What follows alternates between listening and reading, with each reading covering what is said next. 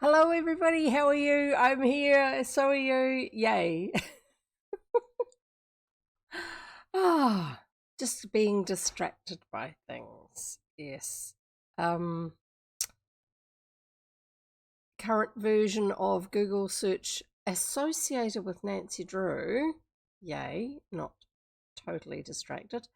Was where were the Nancy Drew books set? And if you do a Google search for stuff to do with Nancy Drew, you need to specify if you mean the books or the movies, 30s, 1930s, I think they were, or the modern TV series, because you'll get completely different answers, I think. Um, so, in the stories, it's called River Heights, the town that she's from. Um, and there's conflicting opinion as to whether it's Illinois or New York State. I don't know why Illinois.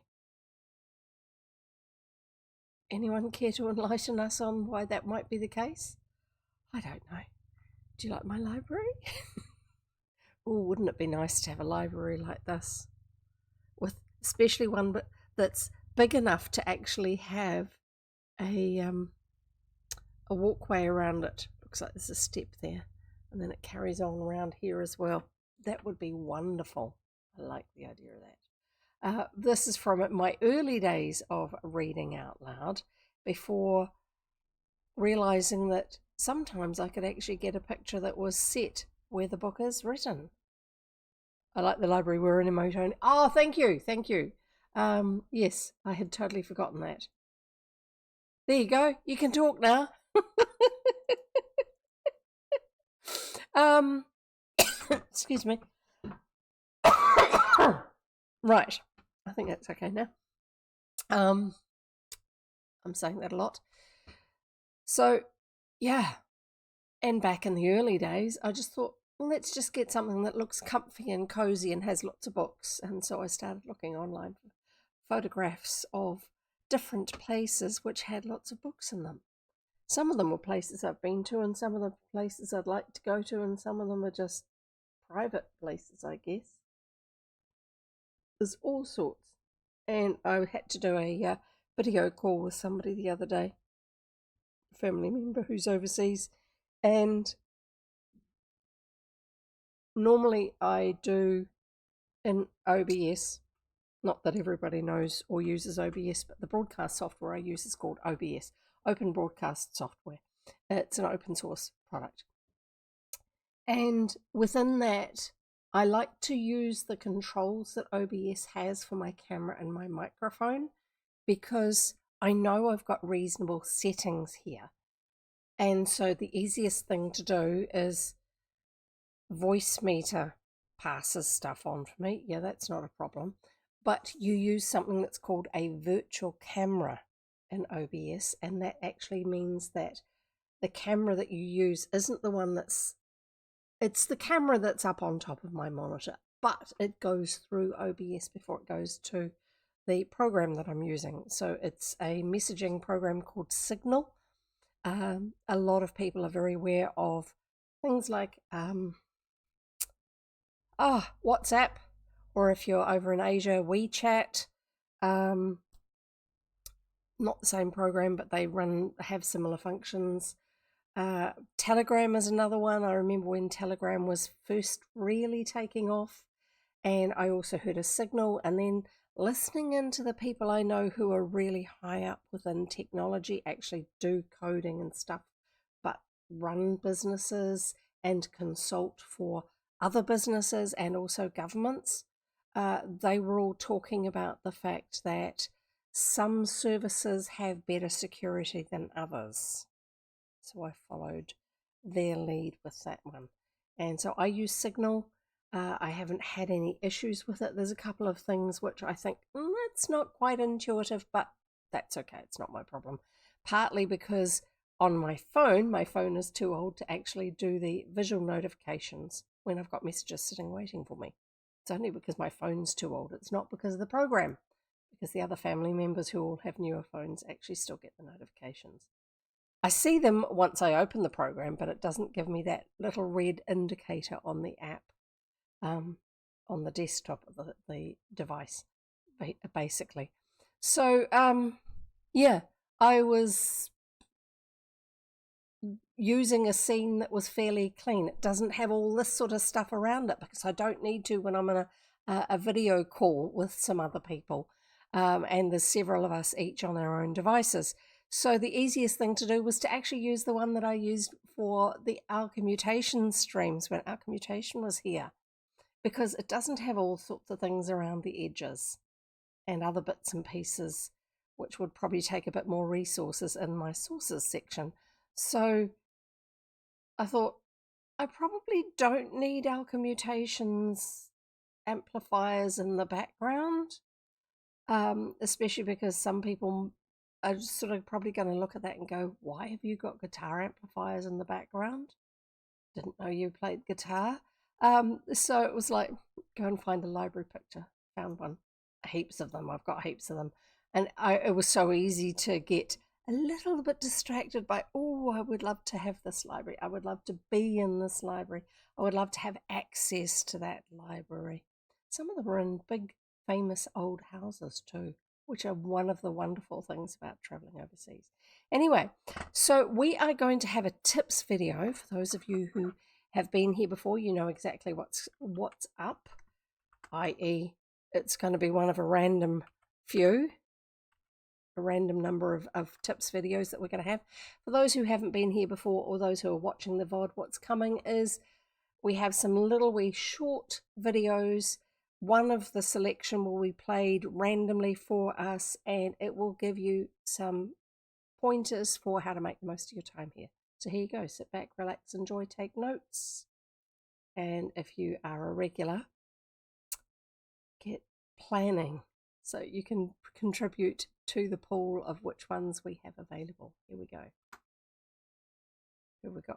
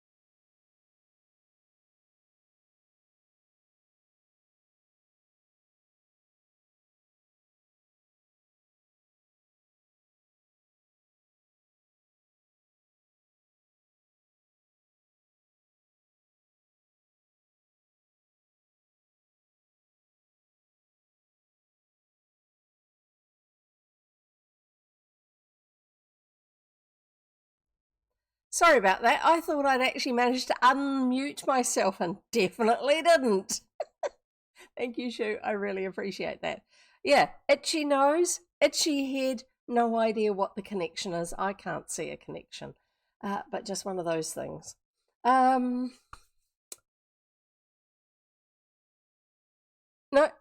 nothing. Absolutely nothing. Trying to figure out if there was something I was going to say and I can't remember. No, there's nothing there at all. What have I been doing this morning? I've actually just been having a fairly chill morning, playing a little bit of Palia. I don't need to be playing Palia at the moment because we've got a big update coming along later on in the month. Like basically, I think it's next week. Let's have a look at a calendar. Yeah, I'm pretty sure it's next week that the update's coming. Looking forward to that. Whole new area to explore.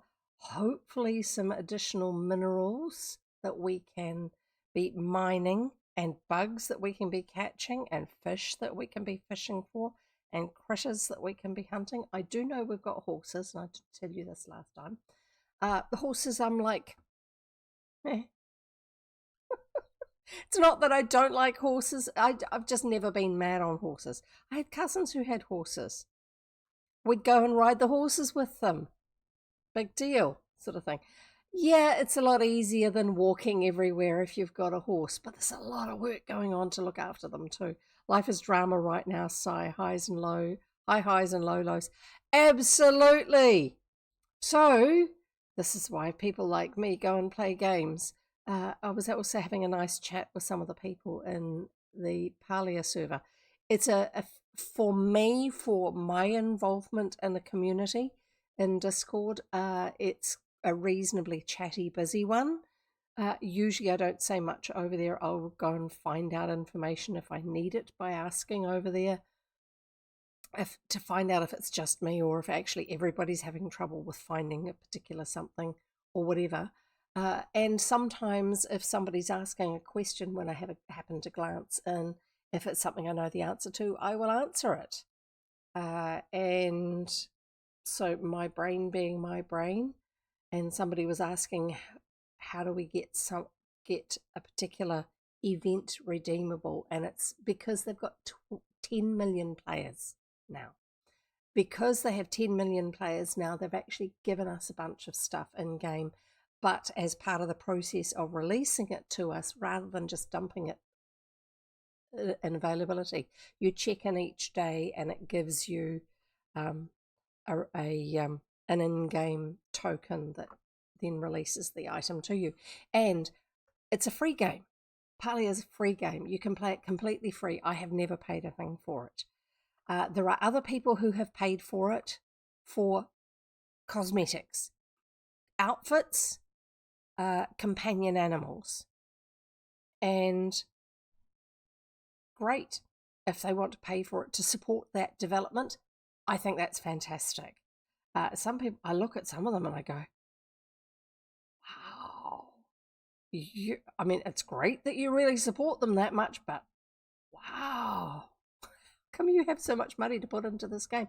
Anyway, but one of the lovely things that they have done is, because of this particular event, they've never done it before, but because of this particular event, they have, if it's over a certain number of days, you do your click to claim your token, and the first day of the first of the string of claimables is a premium outfit, and the last of the string of claimables is a premium outfit.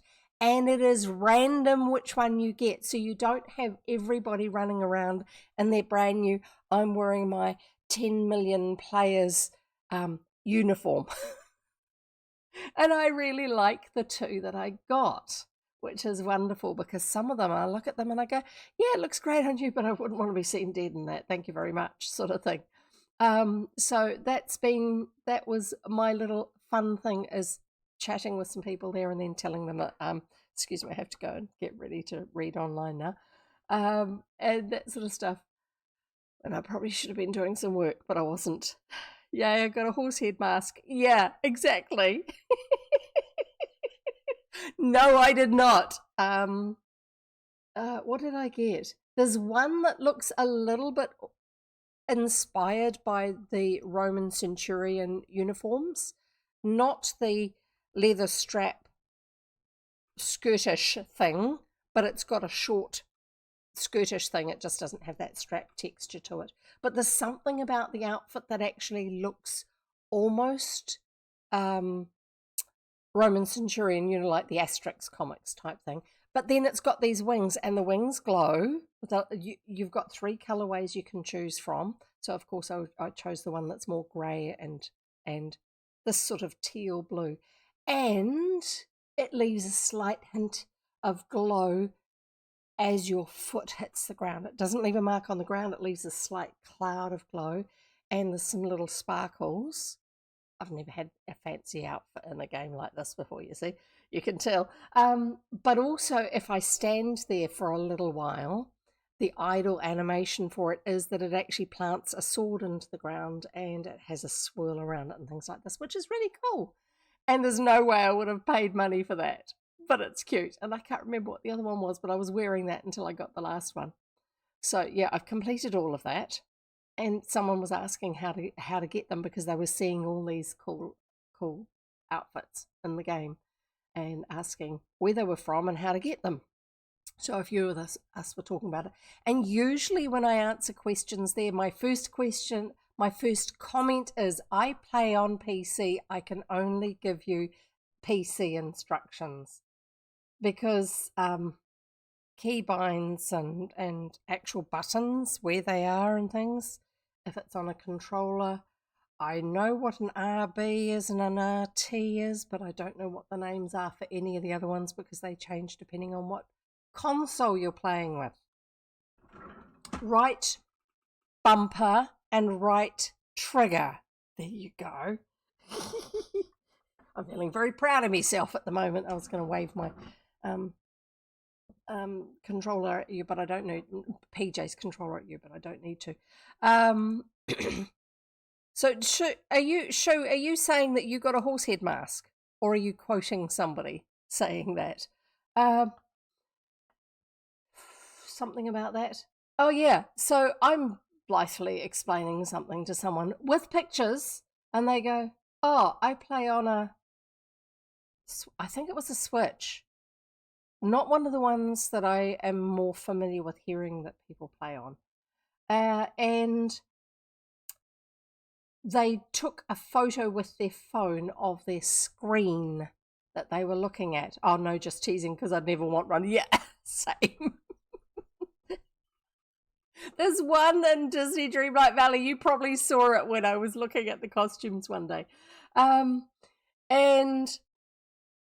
I'm looking at the picture going, but there's because I'm used to this, there's some tabbed buttons up on one side and then there's some other ones down within each of those tabs in other parts of the screen, and they don't actually have that on their screen. Thankfully somebody else came along and explained it, but because there were others who were going, yes, blah blah blah, I thought, well, I might as well complete the explanation and put up another couple of photos which actually took it through to the next stage of it, because they were asking, there's one half which is where you do the hit the claim button, and then there's the other half which is the actual redeeming the thing you've claimed.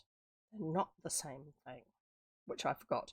They give me the big time creeps, says Shu. Yeah, I totally get that. They're really strange, those horsehead masks. Especially if you happen to have watched The Godfather. It just sort of adds a whole other layer to it. I don't know why I've seen it or when I saw it. I don't think I saw the whole thing properly, but I do remember the horsehead scene. Not my favourite part of a movie. I think that's the only bit I remember. Anyway, I thought that was The Godfather. Might not be. Anyway, what else? Nothing else. Nothing else at all. Dreamlight Valley is just ticking along. Oh, the maze has unlocked. There's probably another one coming any minute now.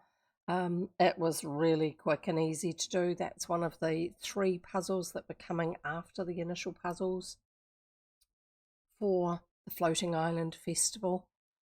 I haven't actually completed feeding the capybara. I need to go back and give her one last feed to actually be able to dig up whatever it is for the first 3.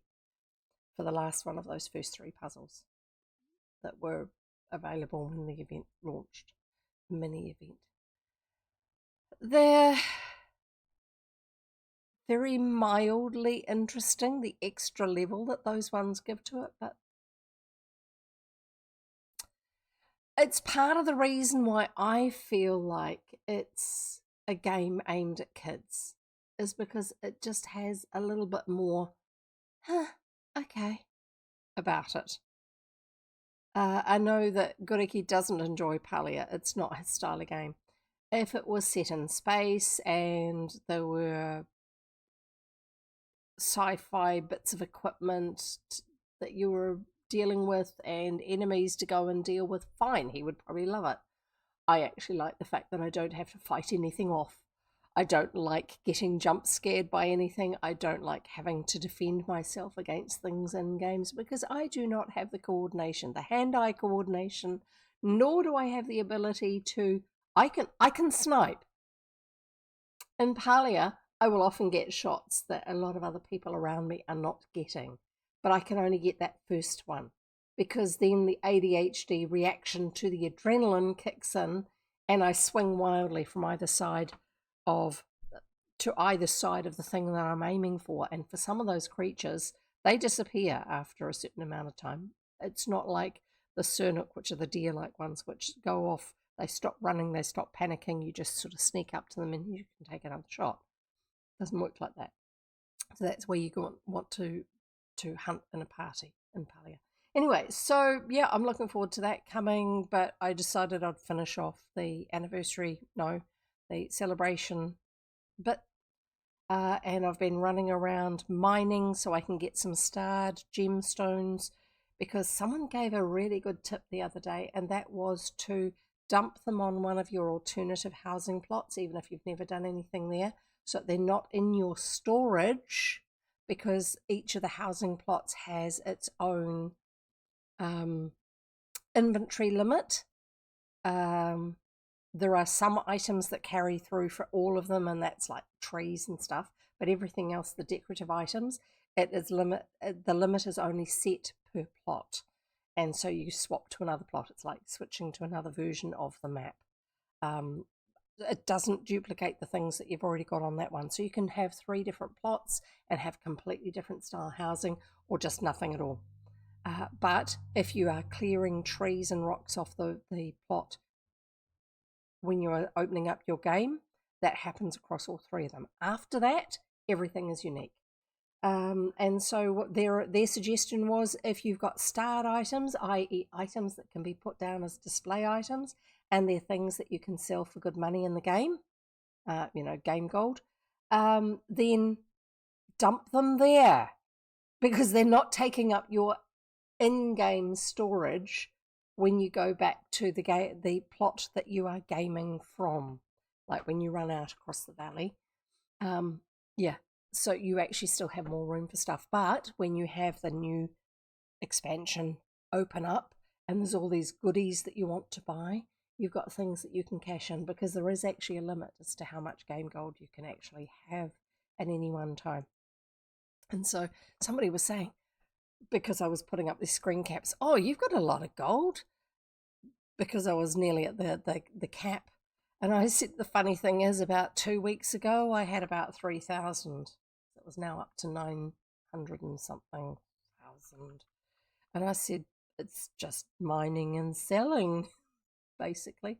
And there are other things you can do like that. So, yeah, a little bit of building up the resources before you go. They are a rarity drop. You get gems. You don't get gems all the time. Starred gems, which are the ones that you can display. Otherwise, they've just got to stay in your inventory or be used as gifts, are even more rare of drops. So all stuff that Goriki doesn't want to hear anything about. So there you go, everybody else. You can enjoy that instead. I do like the fact that there are a few games out that people enjoy that you can keep playing. They are not limited to you run this campaign, and once the campaign is over, the game is completely over. There is nothing you can do. So Goriki plays Warframe. That is free. You can pay for things to add into the game, but you cannot win the game by paying for stuff. And I like that. I think that's a wonderful thing to do so that anybody can play who has a device that can cope with it. And that's one of the things I like about Palia. I love the fact that up until now there have been people running around with really expensive outfits on and creatures that they've got. And I'm running around in one of quite a number of different outfits that are available for free in the game normally. Oh, that's one of the things too that's coming, is that they're going to let us recolor outfits. Basic ones anyway. I don't know about the fancy ones. So that'll be quite cool. They've already got that for furnishing, so they're talking about that coming. So that's been keeping me occupied. And the reason why is because an elderly relative's dog has had some issues. They were going in for some grooming. Now the actual dog is one that gets really stressed and has a tendency to nip or bite. Just because they get upset that it's quite an elderly dog, but still worth having around for a while because it gives them some company, it gives them something else to focus on. So it's common now that when the dog goes in for a particular style of grooming, whether like dealing with matting behind her ears and things like that, then she gets sedated. That's just one of the things that we've all agreed is the best way to do it, because then that person still has that company. And the veterinary practice, actually, because it's vets and groomers, said, while we're here, since there have been some issues that you've been coming in with her to get addressed, we would like to do some x-rays just to check in case there are any underlying issues causing these things, that they are symptoms of something else. Turns out, yeah, enlargement of heart and fluid collection around it. Choice: pay extra money because we've had all this. We're paying extra money because we're getting those scans done, or before that was being done, maybe we don't. We just get the dog put down, and the call was made. No, we'll go with that. Oh, yeah, if that's the one thing that's keeping you company, we'd go with that. Why not? Especially when the poor animal hasn't done anything to make you want to get rid of it, except for the fact that it's just costing a bit. It's inconvenient. And so with all of that, the dog is now on lifetime medication, a couple of lifetime medications. And when you're dealing with an elderly relative who is not very good at remembering things, especially when they are stressed, you're going to get a lot of phone calls about it. And so we talk it through. I went down, I actually showed the different bits and pieces. I rewrote the notes about it to simplify them.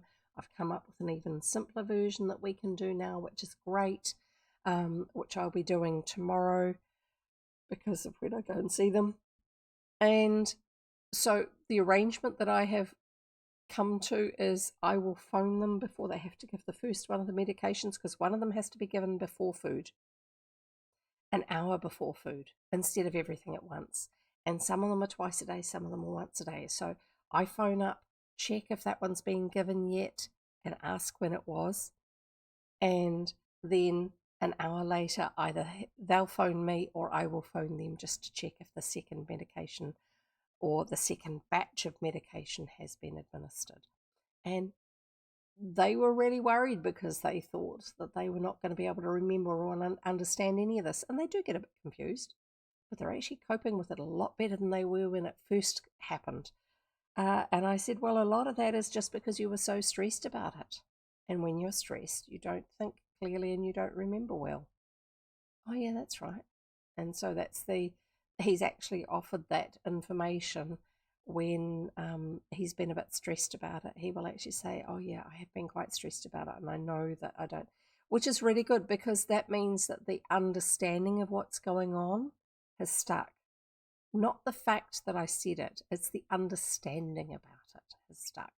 And that's we need to give ourselves that headspace too. You need to understand when you are stressed, you will not remember well. You need to understand that when you are stressed, you can be the most logical person in the world, but your ability to use that logical thinking is reduced when you're under stress. If you can pull back enough so that you get back to that point of logic and then logically work through something, that will actually bring you a level of calm to remove some of the feeling of stress so that you can cope better, speaking from experience. So there you go. There's your tip. We got somewhere, didn't we, in the end? And Goriki says that Shu is a brilliant puppy. Oh, wonderful. And that I am an excellent wise-eyed firefly. One that talks too much. Anyway, so we are going to read The Hidden Staircase by Carolyn Keene. I hope I have droned on enough to put you all asleep, because that's really why you're here, isn't it? Bedtime stories with Jeff. Yay! For a minute there I thought it wasn't going to unlock, but it has. Good. Here we go. Chapter 7. What can it mean? Where do we get to? I'm going to read most of the last page of the previous chapter. Now, Nancy is visiting these two elderly ladies who've been having some issues with something going on, and they're not quite sure what. Oh, you don't suppose someone's been spying on us? She devout, and I'm not even going to try and find the voices we had last time. If anything happens, great. And if they're just all the same voice, that's okay too. She demanded fearfully. I never thought of that closet. What if there's someone in there now? Rosemary laughed nervously. Don't be silly, Floretta. However, she eyed the closet door with misgiving and made no effort to investigate. Just to make sure there's no one inside, I'll have a look, Nancy remarked. She crossed the room and paused before the closet door. Hesitating only an instant, she jerked it open, and that was where we finished last time. So here we go, Chapter 7. What can it mean? Empty, Nancy Drew announced as she flung open the closet door and looked carefully inside. There's no one here now, at least. No point in just saying there's no one here now, because you don't know if there was before. No one here. You don't know if there was before. Floretta, who had been clinging to her sister, relaxed her hold but continued to gaze uneasily about the bedroom as though expecting to find the thief in plain sight. Oh, by the way, don't panic. I do have a drink. It is an energy drink, and it's not zero cukru, which is zero sugar in Polish. It's called Full Throttle, the variety. Sorry, the flavour. It's quite yummy. Peach and nectarine, I think. But it's not one of the fruit ones, which have more actual juice in it. Because those ones are not zero sugar.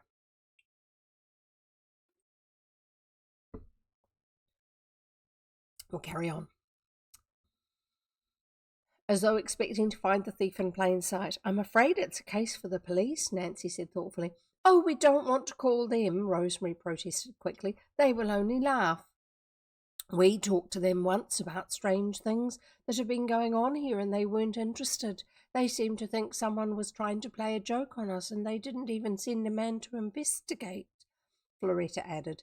If only you would take the case, Miss Drew, Rosemary begged. We'll be glad to pay you well for your work. But I'm not a detective. This is only the second book, remember? I think one of the unofficial references to Nancy Drew is Nancy Drew, girl detective. But I'm not a detective, Nancy protested. We heard about the clever way you helped the Horner girls and Abigail Rowan. Surely you can help us. We need help so desperately. I'll be glad to do anything I can, Nancy promised willingly, but of course I'll not take money. But it wouldn't be fair for us to ask you.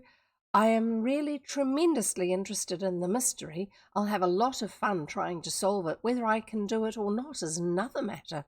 There are really no clues with which to start. If I could spend a night or so here. You're more than welcome to come and visit us if you will, Rosemary told her. But you come at your own risk, Floretta added. I'll talk with Father this evening and ask him if I may come, Nancy promised. How will you notify us? Floretta asked. We have no telephone. Oh, I'll send a note. I think it wise not to advertise the real purpose of my visit. I just hope nobody has been listening in to them all this time, don't you? A good idea, Rosemary agreed. Floretta and I will take care not to mention it to anyone. Were you waiting a certain amount of time, Shu, to see if it would come up with something else? Is there some special timing thing to give it those sort of profiles in the in the randomizer. Shu says Goriki is a radiant idiot and then says, cha-ching! I mean, sorry. Yeah, right.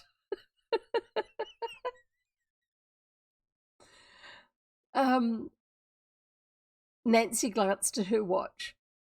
I must dash for home now or father will be worried to death. Yes, because she arrived when it was getting on to dusk and the story already told us that she'd told her father she'd be home before dark or something.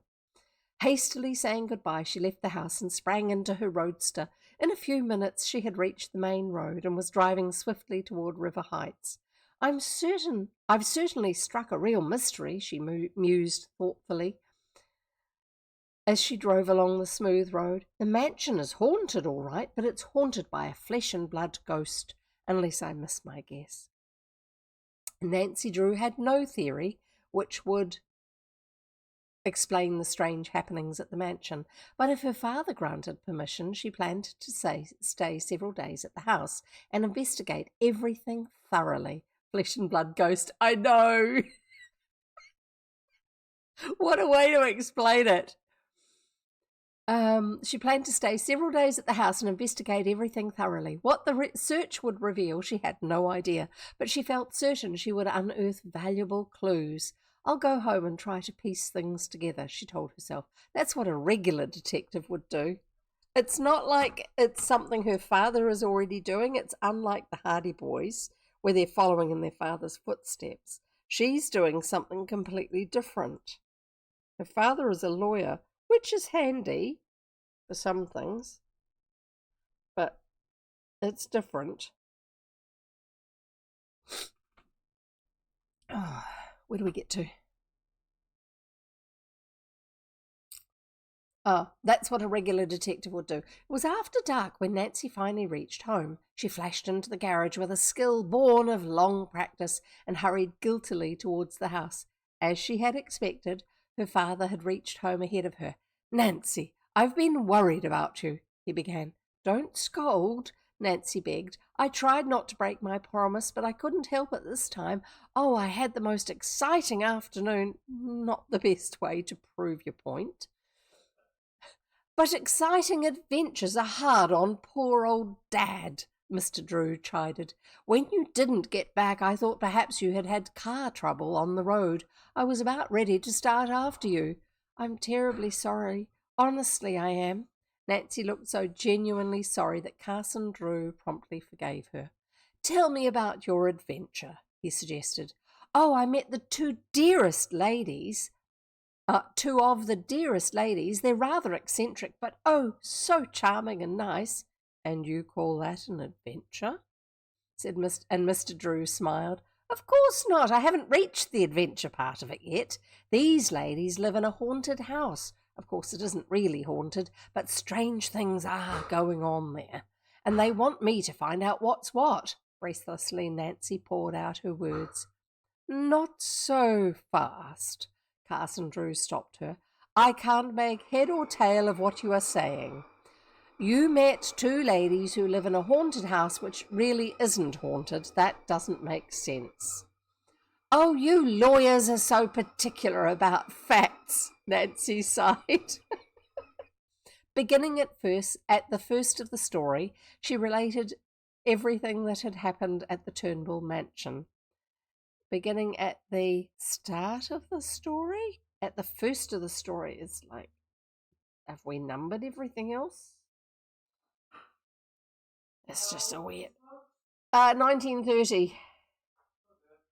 And most of the author, I've just been asked how old the books are, and most of the authors seem to be Eastern United States, like New England sort of thing, which may mean it's part of the language use. So, yeah. Her father listened quietly until she had finished. I've heard a great deal about the Turnbull sisters, he remarked. They come from an excellent family. I believe the mansion has belonged to the Turnbulls ever since it was built. It would be a tragedy if Miss Rosemary and Miss Floretta, a tragedy to Miss Rosemary and Miss Floretta if they had to sell the place now, Dad. I want so badly to help them. They've invited me to visit them and I'd like to do it. May I? Well, actually, she invited herself and they said yes, that would work. Wasn't that what happened? Anyway, they have invited me to visit them and I'd like to do it. May I? I don't know what to say, Nancy. From what you've told me, I am inclined to believe there may be danger in visiting the house. I'll be careful, Dad. It won't be any worse for me to sleep in that house than it is for Rosemary and Floretta Turnbull. But you're my daughter. If you had been assigned to the case, you wouldn't hesitate to stay there at night, would you? No, Carson Drew admitted reluctantly, for he saw that Nancy was neatly cornering him. And you've often said you wanted me to grow up self-reliant and brave. Throwing his own words at him, Carson Drew threw up his hands in resignation. I feel sorry for him. I feel sorry for him too, PJ. You're right. You win, Nancy. Your eloquence would convince a jury. No, not that there was much evidence involved. When may I go? Well, let me see. This is Monday. Mr. Drew considered the desk calendar.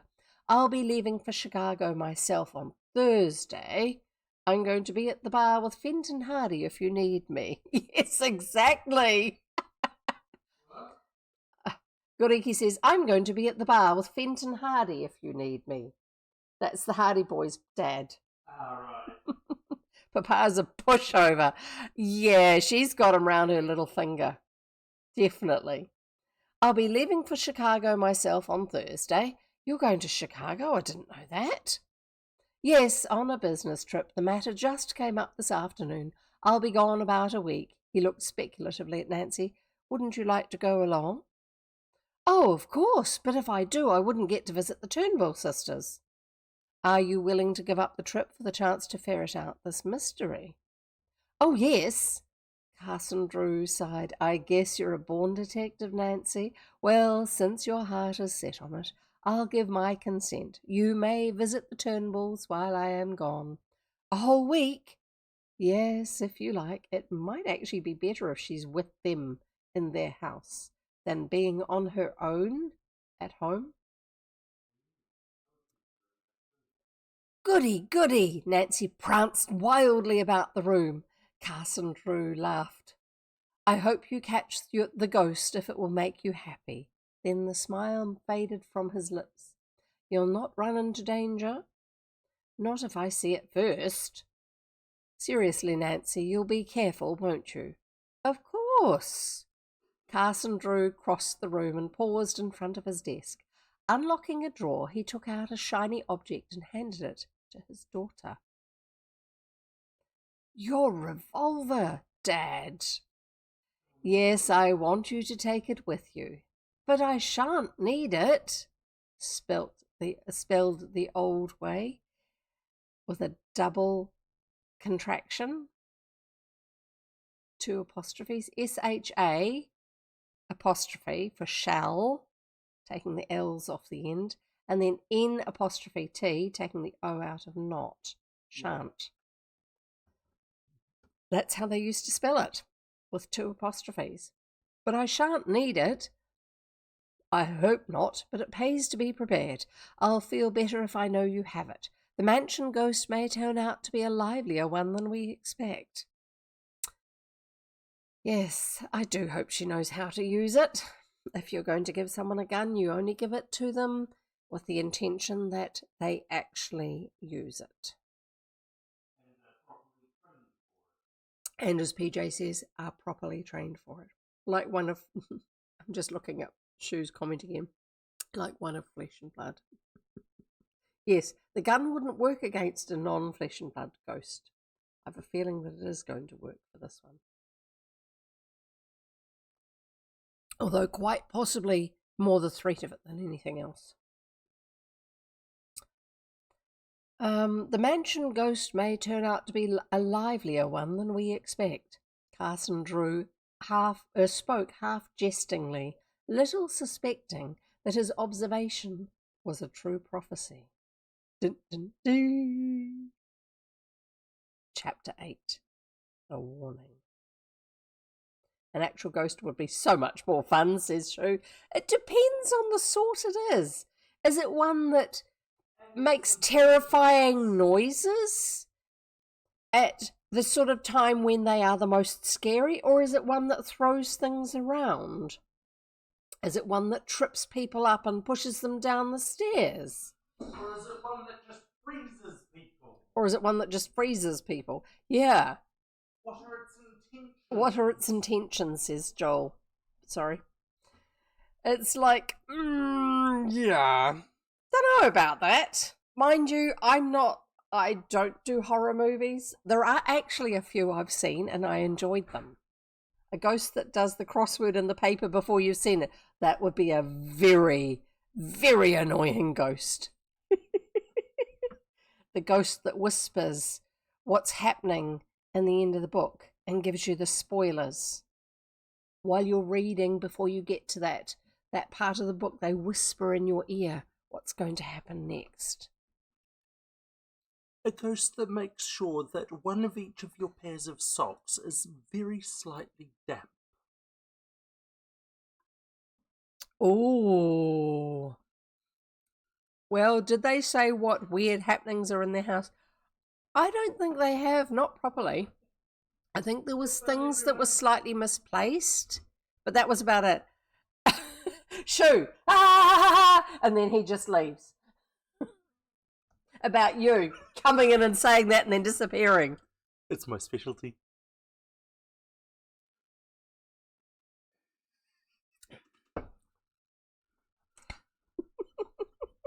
Anyway, excellent. I love it. Chapter 8, The Warning. The next 2 days following her visit to Cliffwood, Nancy Drew went about the house in a preoccupied state, alternately quiet and talkative. She was never without an air of suppressed excitement, which I think is something that anyone who's read many Nancy Drew books, that's an underlying characteristic of her. Suppressed excitement. In an attempt to strike a plausible explanation for the strange happenings at the mansion, she reviewed every detail of the story related by the Turnbull sisters. Yay, we're going to get a recap. It's possible the shadows on the wall at night could have been caused by the wind blowing the trees, she told herself. But why would they have only just noticed if they've lived there all their lives? Still, Rosemary is a practical woman, and I'm sure she wouldn't be frightened by a thing like that. Before she had visited the mansion with Rosemary, Nancy had been inclined to suspect that someone was playing a practical joke on the Turnbull sisters, but the loss of the diamond bar pin made such a theory seem unlikely. Without doubt, someone had stolen the pin, but in what manner she was unable to guess. Apparently it had vanished into thin air. No, it just means you haven't found it yet. Maybe it's fallen down behind the dresser and got stuck on a little ledge there as part of the furniture, you know? Old ladies don't tend to move the furniture around to find things. The longer Nancy reflected on the mystery, the more certain she was that a sinister hand was behind everything. However, she refrained from disclosing this thought to her father, lest he reconsider his promise and refuse her permission to visit the old house during the week he was to spend in Chicago. Excuse me, I'm just going to blow my nose and see if that helps the itch, and I'll also mute.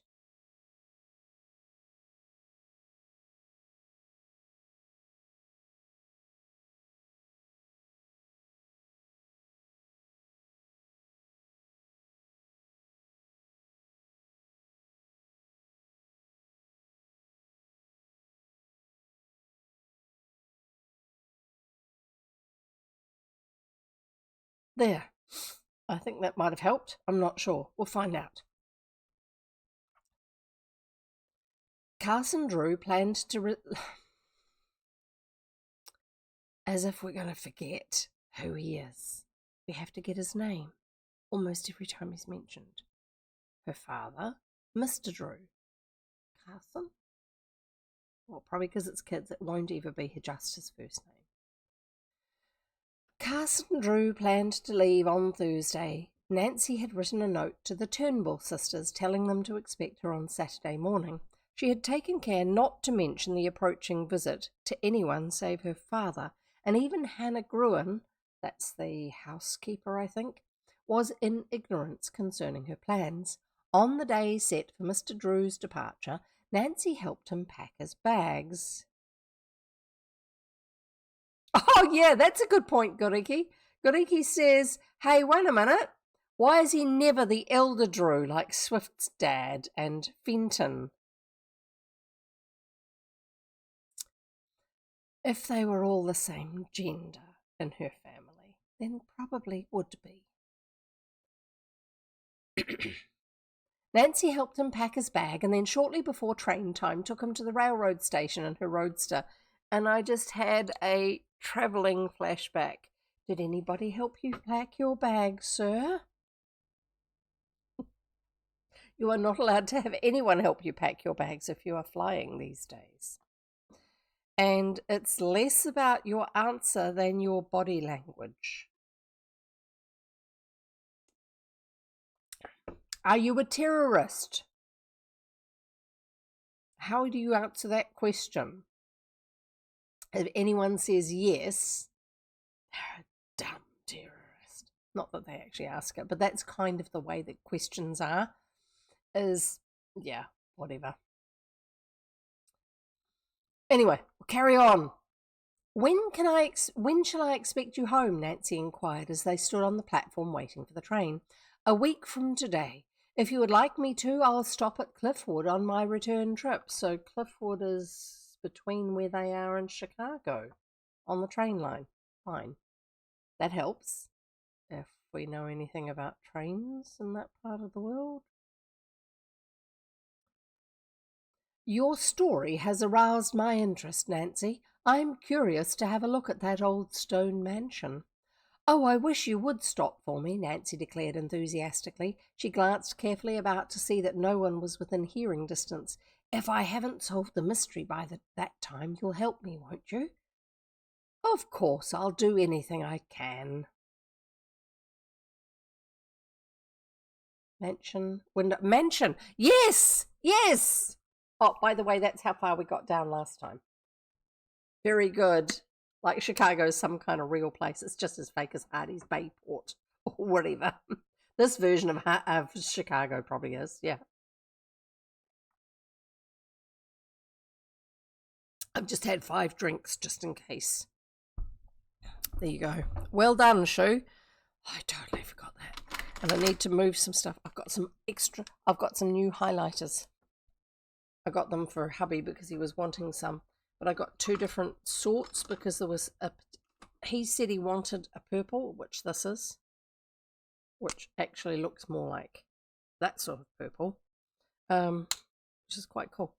And then he was happy with the ones that I got him, so he gave me those ones. Yeah, it is pretty. It's got some quite good colours in that one.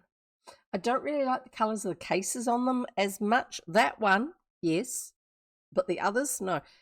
To me, on screen, this looks pink. In real life, it looks more lavender. A very pale. Great. Stop fiddling with the pens and then they won't fall everywhere. Yeah. We'll carry on. Bonus. That's what that was. Where did we get to? I'm curious to have a look. I wish you'd stop. If I haven't solved the mystery, of course I'll do anything I can. But from what you've told me, it sounds like a tough case. I'm not sure that I'll be able to solve it myself. However, if you fail, I will try it. The conversation was cut short as a shrill whistle announced the approach of the train. I'll telegraph you the exact hour of my arrival in Cliffwood, he said hastily. The Turnbulls live some distance from the railroad station, so I'll meet you in the car, Nancy promised. In other words, it's not walkable distance. Don't forget about the double whammy keyword. Yeah, if we have mansion and window in the same sentence, we all take a sip for every word in the sentence. Not just mansion and window, but every word in the sentence. If there are 17 words in the sentence that includes mansion and window in it, we all take 17 sips of water. Okay. We're all listening carefully. Thank you for that, Koriki. Definitely the double whammy keyword is like a, I don't know. I hope we don't get that one today. Let's carry on. The Turnbulls live some distance from the railroad station, so I'll meet you in the car, Nancy promised. And remember, don't run into danger. Oh, let me go get water then, says Shoo. Yeah, definitely. Good idea. Because we haven't got to the house yet, but we will be there soon. The heavy passenger train came pounding and clanging into the station, and Mr. Drew picked up his bag. Kissing Nancy goodbye, he made a dash for the Pullman cars, which were at the rear of the train, far down the track. And I'm guessing a Pullman train is one of those luxurious carriages which have sleeper sitting units in them. Like the Pullman cars are the ones that they have on the Orient Express. That's what it's famous for. I don't know for certain. Somebody else can look that one up, but I'm pretty sure. I think that's what they mean by it. There are, although I don't think they would need. I don't think they would need a sleeper cabin to go from where they are to Chicago. But I don't know. Maybe it's just luxurious, separate compartments.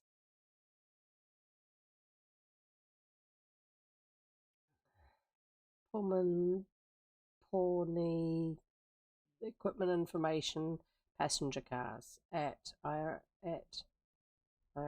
Okay, copying the link broke, but you need all that text. Yeah, thank you very much.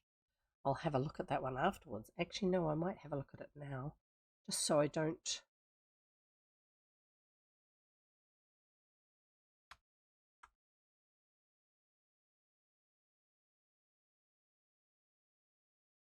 I had a pop-up and then I went and clicked in the wrong place. The pop-up went away. Go to web address. If I carefully select all of the text, my browser will actually give me Illinois Railway Museum. That's what IRM stands for. Pawnee is the very last traditional heavyweight private car Pullman ever built. Pullman built it in 1930 for Harry Payne Bingham, who named the car for the USS Pawnee in an 1860 sloop of war aboard which Bingham's grandfather had served during the Civil War. Bingham sold the car in 1938 to Western Union Telegraph Company, which used it as their president's car. It also served as a communications car in President Franklin D. Roosevelt's funeral train in 1945 and saw use during President Harry S. Truman's 1948 campaign. In 1965, Lewis J. Ort, the owner of Ort Brothers Bakery in Maryland, purchased the car from Western Union. Okay, that's a specific Pullman car, but with all those presidential names in there. No, I'm not all done for tonight. Got another hour to go. With all those presidential names in there, that tells me that it's a fancy train carriage, not a sit there and try not to move too much because the person next to you is very close. Hi, great to have you here. Past shelf date. Lovely to see you. So, yeah. And it looks fairly fancy. And it's got those red, white, and blue ruffled things that Goreki says is what Americans describe as being bunting. Bunting in English tradition is the little wee triangular flags held in a string together. But those like fanned out bits of fabric is referred to apparently in the States as bunting. So that's cool. And that's especially since there's a possibility that the stories are set in Illinois. I don't know why, but okay. Yeah. So you guys can look up Pullman cars on trains. So we are going to carry on That was just a slight side distraction. Oh my goodness, sorry, it suddenly got too hot. The temperature's changed. I can see the sun shining outside. It's been cold most of today. The reason I bobbed my head down is because I can sometimes look just past the edge of my sound blanket there and get a bit more of an idea as to what the weather is like, if it's not noisy on the roof already from the weather. So Pullman car, he's heading for the Pullman cars, which are on a particular part of the actual train. The train is actually the engine and all the carriages that linked together, all together is the train. That's what it means. The bit, not the bit at the front, that's the engine. If it's a truck, like a road train, that's the tractor. No, they don't mean the thing with the big wheels at the back and the little wheels at the front that pulls a plough and a paddock. It's the one that pulls, is what they mean when they're talking about a road train having a tractor at the front. It's the truck unit, what we would call a truck. Anyway, let's carry on with this. I think we've talked too much. Kissing Nancy goodbye, he made a dash for the Pullman cars, which were at the rear of the train, far down the track. So it's going to be quieter down there because it's away from the engine. Nancy waited until the train pulled out and then slowly made her way back to the automobile. Now that her father had actually departed, she felt lonesome. Funny that. I may as well stop at Helen Corning's before I go home, she decided, as she stepped into the roadster. Stepped into the roadster. There's that word again. It is so distracting. I bet you can't help but hear it now and hear how distracting it is when they say things like, she stepped into the roadster. Does this mean that the floor of the roadster is at the same level as the raised footpath that it's implied that she's on, so she just steps across into it? She stepped into she got into it? Oh, that's right. Got was considered not rude, but an uneducated word. Got. I remember being in trouble with one of my grandparents for using the word got. I think that's why they're saying she stepped into the car. Sorry, she stepped into the automobile. Not a car, it's an automobile. We'll carry on. We'll try to carry on.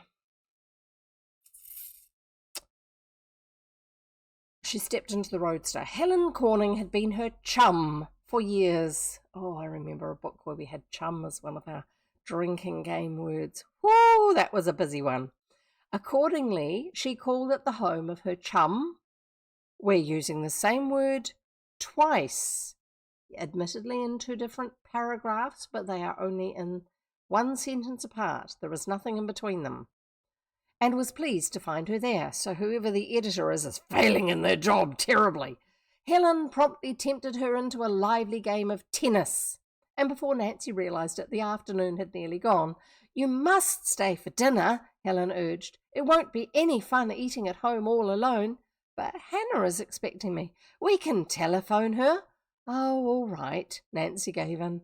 Not only did she stay for dinner, but she remained during the evening, for Helen would not permit her to go. Remember the fun we had at Moon Lake last summer? Helen asked her. You know, I never did entirely forgive you for cheating me out of a share in your adventure. Why didn't you tell me you were going to chase robbers that day when you left camp? I didn't know it myself then. Well, if you ever stumble upon another mystery, I want you to take me in on it. Nancy was on the verge of telling Helen about her proposed trip to the mansion. Mansion. Water. Everybody.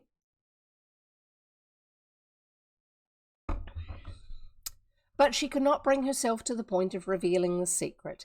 Helen's intentions were of the best, but she was a natural-born gossip, and Nancy doubted that it would be possible for her to keep the matter to herself.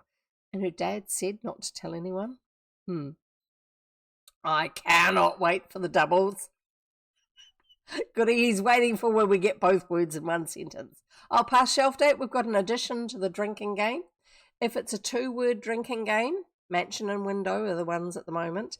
If both the words are in the same sentence, instead of just drinking once for each word, we drink once for every word in the sentence. Shoo has already gone off and filled up her water bottle. You might want to do the same. Shoo's drinking doubles. You've gone and filled it up with whiskey again, haven't you? Not water. Children these days. Helen's intentions were of the best, but she was a natural-born gossip, and Nancy doubted that it would be possible for her to keep the matter to herself. Busted. I got water too, though. Good to hear it. It might do a great deal of harm if it were rumoured why I'm leaving town, she thought. No, I'll tell Helen after I return. It was late when Nancy reached home and the housekeeper had retired. Past Shelf Date's asking, was I the one who told Past Shelf Date that sometime, decades after the first Nancy Drew editions, that her character was dumbed down and made less self-sufficient because some men didn't want girls getting all uppity? I don't remember. Quite possibly. I do know that the stories were sanitized. And I wouldn't be surprised if that was an aspect of it. I probably I had been reading an article about them at the time. I'm not sure. Can't remember actually specifically. But yeah, I know that Stratemeyer's daughter, Harriet, I think her name was, actually, she carried on running the business after he had died. There were some aspects of it as a business that she did okay with, but then there were other aspects, like her intention was to update the language usage so it wasn't going to cause problems for some aspects of it, and also some of the references to people of other cultures were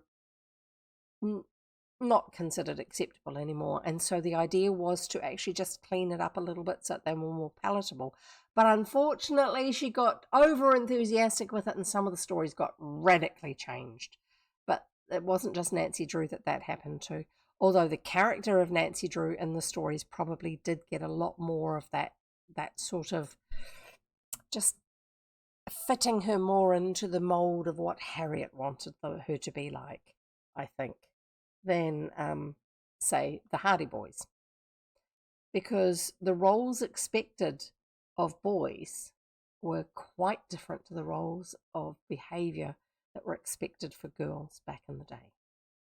And yeah, Harriet strikes me as being someone who's got fairly strong opinions about that, and now that she's in charge, she's going to make sure that everyone complies. So yeah,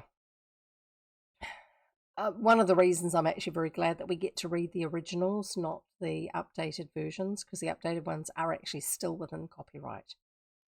So we'll carry on with we'll have a little wee chuckle to yourself every time Nancy does something that you think somebody is likely to have sanitized in a newer edition.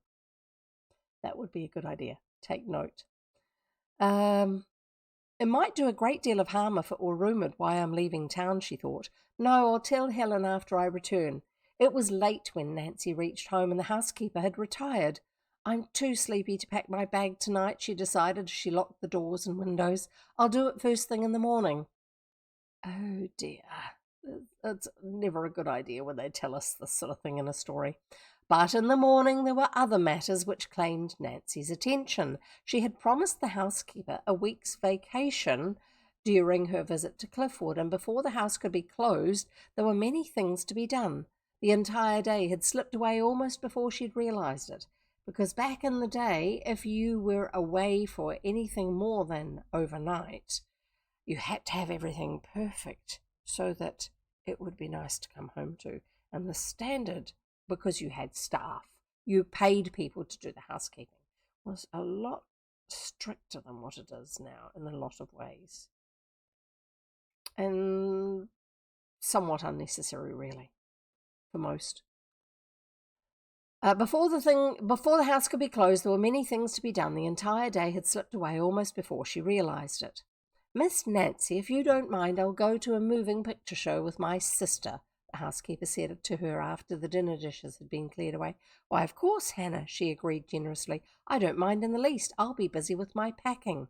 As soon as Hannah had left the house, Nancy went directly to her room and began sorting out the dresses that she planned to take with her to the mansion.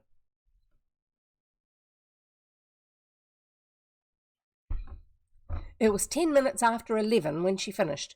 There, I guess that's all, she decided. Oh no, I've forgotten the revolver Dad gave me. I must take that. She went downstairs and hurried downstairs and went directly to the desk where the revolver had been left.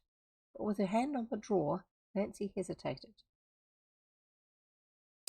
Uneasily, she glanced about. There was no reference to her locking up and then waiting for Hannah to come home and let herself in with a key. She just did her evening things. Uneasily, she glanced about the room. For a reason she could not explain, she felt that someone was watching her. I guess my nerves are getting jumpy, she thought. I do wish Hannah would come home. Upon impulse, she moved toward the window. As she took a step forward, she thought she heard a step on the porch. That's like the veranda floor, deck outside. Was it only imagination, or was someone really prowling about the house? Before she could make a move to investigate, the doorbell rang sharply. Nancy started. It must be Hannah, she assured herself. Probably she forgot the key, but as she crossed the room, she distinctly heard the steps creak under the weight of some person. Hesitating but an instant, she opened the door. There was no one in sight. Wonderingly, Nancy stepped out upon the veranda and glanced up and down the street. That's strange, she murmured uncomfortably. She went to the edge of the porch and peered in the direction of the hedge. Was it possible someone was hiding in the bushes? A careful survey disclosed no human form. As she turned to go inside the house, her eyes fell upon a white envelope near the door. That's probably what it was about. Curiously, Nancy picked it up and held it to the light. Why, it's addressed to me, she gasped in astonishment as she made out the bold scrawl. And hastily entering the house and closing the door behind her, and locking it, please. Nancy Drew ripped open the envelope. As she scanned the note, the colour faded from her face. Obviously, this is why we don't call these audiobook-style reads. An anonymous message, she whispered. Someone has sent me a threatening letter. Oh, no. End of chapter.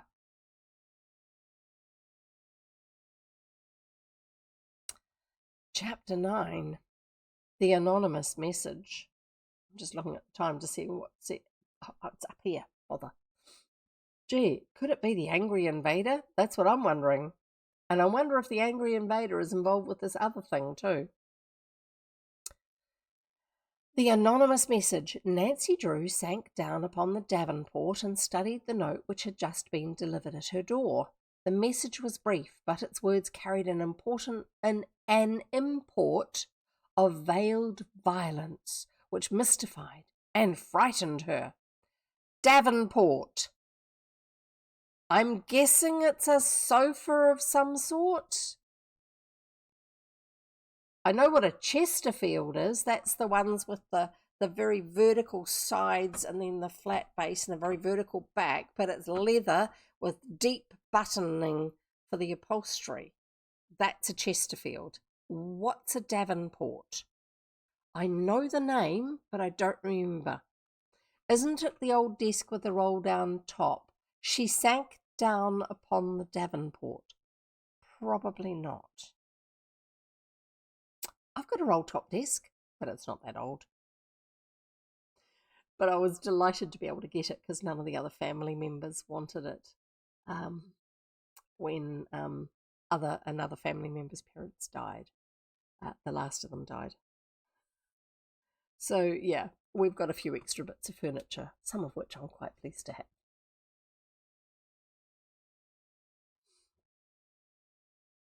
Let's actually see if we can find out if it's something that's going to be in here. Word, Davenport. A large sofa, especially a formal one. I'm going to have to... I'm sorry. My brain is not going to let go of this one. What is the difference between, there's only two E's in between together, Davenport and Chesterfield? The names of the people who designed them? AI says, a Chesterfield is a specific style of sofa defined by deep button tufting and arms of the same height as the back. That's what I was trying to describe to you. While a Davenport is generally an old-fashioned term for any large couch or sleeper sofa. The key difference is that Chesterfield describes a particular design, whereas Davenport describes a type of or regional term for a sofa. You learn something new every day, especially if you hang out on this stream. I didn't know that. So Davenport is just a generic nickname for a sofa. And yeah, Chesterfield's written is capitalized and Davenport isn't. But there is a website that has some information about them too. Classic terms with very different meanings. It says it's a US regional term.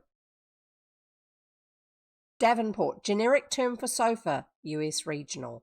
Chesterfield, specific tufted sofa style. That's where it's buttoned. Where they talk about tufted. What they don't mean that there's tufts of fiber poking out. They mean that the surface is dented down and they are holding parts of it down with buttons and they are stitched through it. That's what they mean by tufted. And the origin of Davenport is from the A.H. Davenport Company, and it's a brand name, even though the usage that they have here is uncapitalized. It's because of a brand name. And Chesterfield is from the Earl of Chesterfield from the 18th century. Who knew? There you go. American Midwest older generations use the term Davenport. Chesterfield is used worldwide as a style. In Canada, it's a generic term, probably like Davenport. Davenport is fading from use, and Chesterfield is active in design vocabulary. There you go. It's a current word. Who knew? Right. The anonymous message. The message was brief, but its words carried an import of veiled violence, which mystified and frightened her. Let's get all our big words into the first few sentences of the chapter. It read, "Be warned in time." In time? "Keep away from the Turnbull house." The threatening communication was unsigned, but was written in a bold scrawl, and Nancy fancied it was unmistakably the handwriting of a man. Who could have sent it? She asked herself in amazement. Why, I've taken special pains not to let anyone know I'm going to the Turnbull house. Anyone listening outside any of their windows would have known. Anyone who had seen her over at the Turnbull house and listened in over there would have known. Even Hannah doesn't know I'm going to visit there. How could anyone have learned of her plans? That's the end of the quote, but and then we go on to the thought. How could anyone have learned of her plans? Nancy Drew turned this question over in her mind as she sat, propped up with pillows in a corner of the big Davenport, the very picture of a pretty girl in a brown study over some knotty problem. The more she thought about it, the knottier her problem became, for she had communicated with Rosemary and Floretta by writing. I'm not quite sure what pretty girl had to do with her stick in the corner of the sofa. This bit doesn't sound like it was written by a woman. And unless her note to them had been intercepted in the mail, there was no way, to her knowledge, that the information could have become known to a third person. I am almost tempted to believe in ghosts myself, she thought. It's positively uncanny. She reflected a moment, then chuckled. But anyway, I don't believe the ghost is a very brave one, or he wouldn't be afraid to have me on his trail. As she considered the possibility of danger connected with her visit to the old mansion, the smile faded from her face, and all facetious thoughts about ghosts passed from her mind. The note had frightened her, but it had not deterred her in her purpose to do all within her power to solve the mystery surrounding the mansion. Nancy possessed the fighting instincts of her father, and it would take more than a threat to keep her away from the Turnbull house. She was convinced that underhand work was going on at the mansion, and she was determined to expose it, if it were possible to do so. "I think Dad was wise to suggest that I take his revolver," she told herself. "And I'll take plenty of ammunition too, enough to annihilate an army, though truth to tell I don't know whether I could hit the broadside of a barn or not." "You're better off throwing it at them then, if that's the case." Getting up from the Davenport, Nancy crossed over to the desk and with a glance at the window shades to see that they were down, which they should have been in the first place, removed the revolver from the drawer. Taking it upstairs, she placed it carefully in her travelling bag. As she started back down the stairs, she heard a light step on the porch. She paused and listened. "I wonder if I'm going to get another note," flashed through her mind. Before she could move forward, the door opened and Hannah Gruen came in. "Oh, it's you," Nancy murmured in relief. "Why, yes. Who did you think it was?" "Well, I didn't know," and Nancy smiled. "I wouldn't have been much surprised if a ghost had walked in." "A ghost?" Hannah asked in alarm. "What do you mean?" "Oh, nothing," Nancy assured her hastily. "I was only joking." Before the housekeeper could question her further, the girl said good night and retreated to her bedroom. Not read that. I'll not let that anonymous note disturb my sleep, she told herself resolutely as she tumbled into bed. And tomorrow I'll start for the mansion just as I planned. After she had finished her breakfast the next morning, Nancy Drew took leave of the housekeeper and, closing up the house, started off for Cliffwood in her roadster. There was not a sign of life about the old stone house as she drove up, and she began to wonder if anything had happened to Rosemary and Floretta since her last visit. However, before she could lift the knocker on the front door, Rosemary greeted her. "I saw you coming up the drive. Oh, you don't know how glad we are that you have come," she declared cordially. "You see, we were afraid you might change your mind. We couldn't have blamed you if you had." "I hope nothing has happened since I was here the other day," said Nancy quickly. "Oh, it's been almost unbearable. We had made up our minds to leave the place if you didn't come today." Rosemary's face was strained, and Nancy thought she looked as though she had not slept for several nights. The ordeal of remaining in the house was gradually wearing her down. "Last night we heard music again," she said in a very low tone. "What sort of music?" "It seemed to come from a stringed instrument. It might have been a guitar." "From what part of the house?" That was the strange part of it. The sound wasn't localized. It seemed to move from one part of the house to another." "Did you hear the music distinctly?" "No, the sound was muffled, as though it were a long way off. Oh, it was almost ghostly." Rosemary shuddered and turned appealing eyes upon Nancy. "Tell me, do you believe in the supernatural?" "I'm almost certain your house is not haunted," Nancy returned firmly, for she saw that Rosemary's iron nerve was beginning to go back on her. "How long did the music last?" "About half an hour, I should judge." "Did Miss Floretta hear it too?" "Oh, yes, she's positively ill this morning. She didn't get out of bed. We'll go to her room now, if you like." "Perhaps it would be better not to disturb her." "Oh, she wanted to see you as soon as you arrived." Rosemary led the way through the long, dark corridor and to the stairway. "I'll show you to your room first, and then you can talk with Floretta," she told Nancy when she reached the upper hall. Rosemary opened a door and permitted Nancy to enter ahead of her. The bedroom was a large, comfortable one with an old-fashioned canopy bed and heavy mahogany furniture. "I have assigned you the room right next to my own," Rosemary explained. If anything should happen during the night, you could rap on the wall or cry out, and I would hear you." Nancy nodded soberly. "And the key is in the door," Rosemary continued. "Floretta and I always lock our doors." "I will lock mine too," Nancy promised.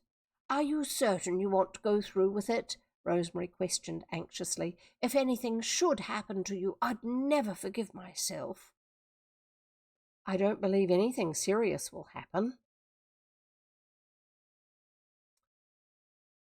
"I wish I could feel as confident," Rosemary sighed. "Shall we go to Floretta now?" "Yes, I'm ready. I'll unpack my bag later." Nancy followed Rosemary down the hall, and they entered the bedroom in the east wing. "Welcome to the haunted house," Floretta murmured as a greeting to the girl. She was propped up in bed with cushions, and her face was white and haggard.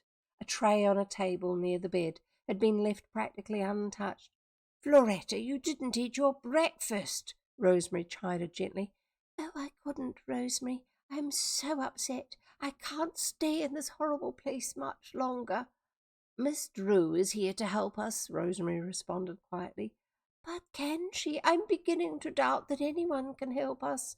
"Nonsense. You mustn't let your nerves get the best of you." "I think I can help you," Nancy smiled reassuringly. "At least I will do my best. I intend to go all over the house and see if I can locate secret panels or trapdoors. What I want to know is, does the house have a heating system, a ducted heating system? Because, yeah, sound carries through those quite well, especially if it's sound that you're not expecting to hear." "I don't believe it will do any good," Floretta declared pessimistically. "I have never heard of anything like that in the house." "I may as well have a look anyway," Nancy said easily. She remembered something which she intended to ask the Turnbull sisters. "Tell me, did you mention to anyone that I was coming here for a visit?" "No," Rosemary answered promptly. "We took care not to mention it to a soul." "Of course we talked about your note when it came," Floretta added, "but we didn't let out a hint of its contents to anyone. Why do you ask?" Nancy hesitated, then decided it could do no particular harm to tell the Turnbull sisters of the note she'd received. "I think it's somebody who's living in the house with them, in a part of the house that they are not in."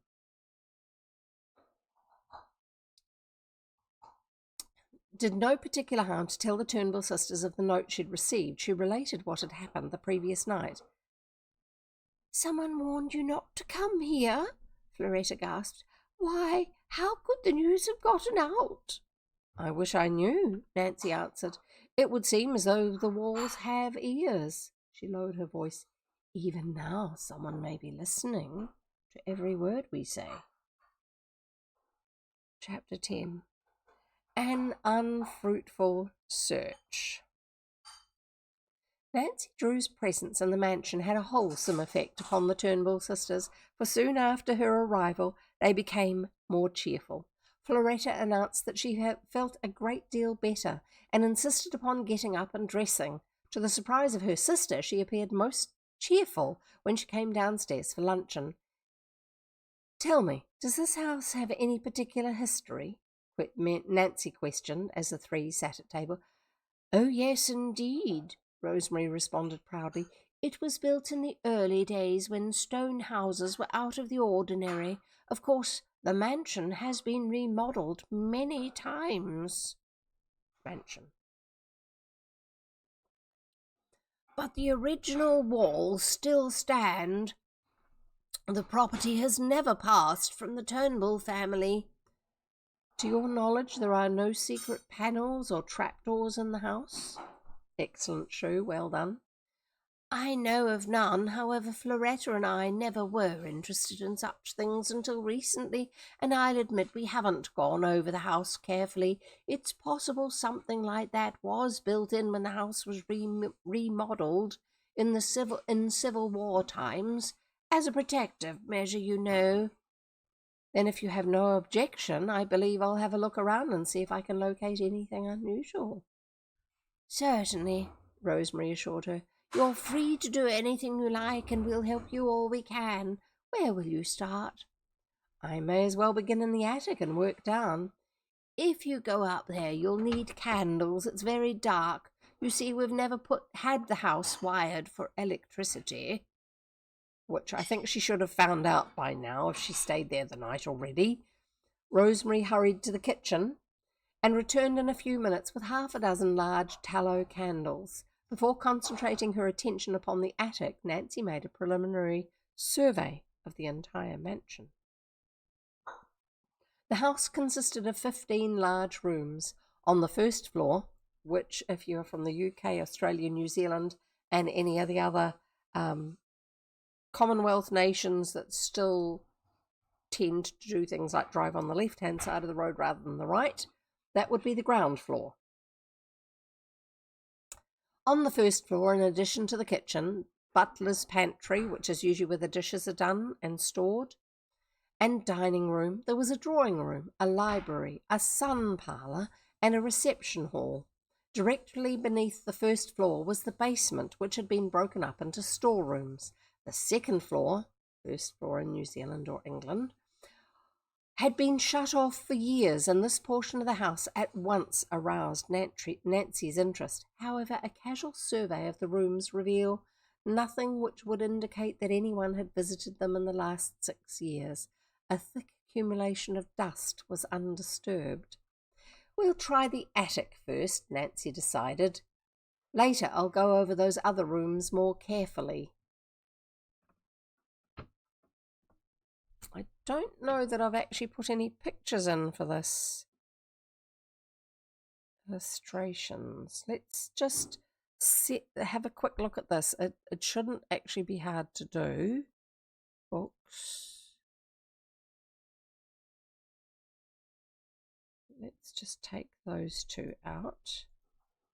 And we add files.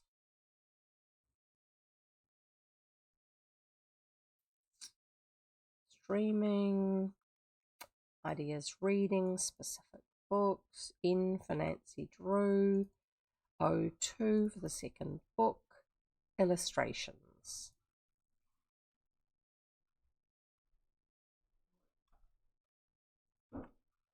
Open. Okay. I can turn that off and turn these on. I just have to move them to the right place. Books needs to come up so you'll be able to see it. Oh, it's a bit big. Reset transform.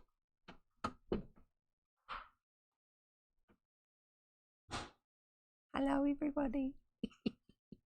I might make it a little smaller. So that's the cover of the book, just in case you're wondering.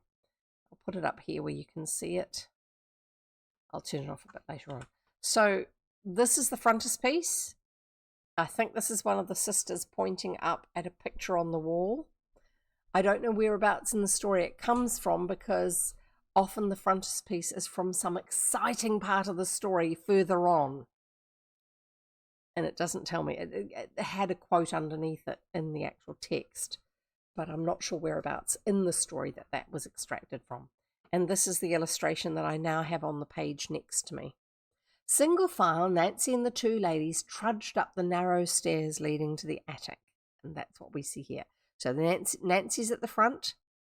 She's holding on to a candlestick with a candle in it. And then you've got the two sisters following her, who don't look quite as old as I was expecting them to. I'll just turn that off for now. And I don't have to get a crick in my neck from leaning sideways. Trudged up the narrow stairs leading to the attic. As Nancy opened a door at the head of the stairs, a gust of wind struck her candle and extinguished the flame. Yeah. Often, if it's a tiled roof on a house, it won't actually be that well weather sealed. But part of that is they didn't used to worry about that, because it meant that if there was any moisture got in, like from leaks and stuff like that, it would help to dry that space out and not go all musty. Read that bit. Quickly lighting it, she stepped into the attic. She glanced about curiously, flashing the light into every nook and corner. The attic appeared little different from others Nancy had visited. It was filled with pieces of discarded furniture. So we've got a basement, a ground floor, a first floor, and then the attic, I think, because they didn't talk about anything above that level and before we got to the attic. It was filled with pieces of discarded furniture. A tall highboy stood in one corner. I think that's also known as a tall boy, which is a chest of drawers, which are a taller chest. They often come up to about this high. Stood in one corner, a broken rocking chair in another, and boxes were piled everywhere. Systematically, Nancy poked into the boxes and went over the walls inch by inch. I don't think anyone's going to be hiding in the boxes, Nancy. The latter had a hollow sound, but she was unable to find a spring which would open a panel. If the walls guarded a secret, they guarded it well. I guess there's nothing here, Nancy admitted after she'd spent nearly an hour in the attic. She was reluctant to leave, for although she had unearthed nothing, she could not help but feel that she had overlooked something of vital importance. I was afraid you wouldn't find anything, Rosemary commented as she turned toward the stairs. Now where? Shall we try the basement?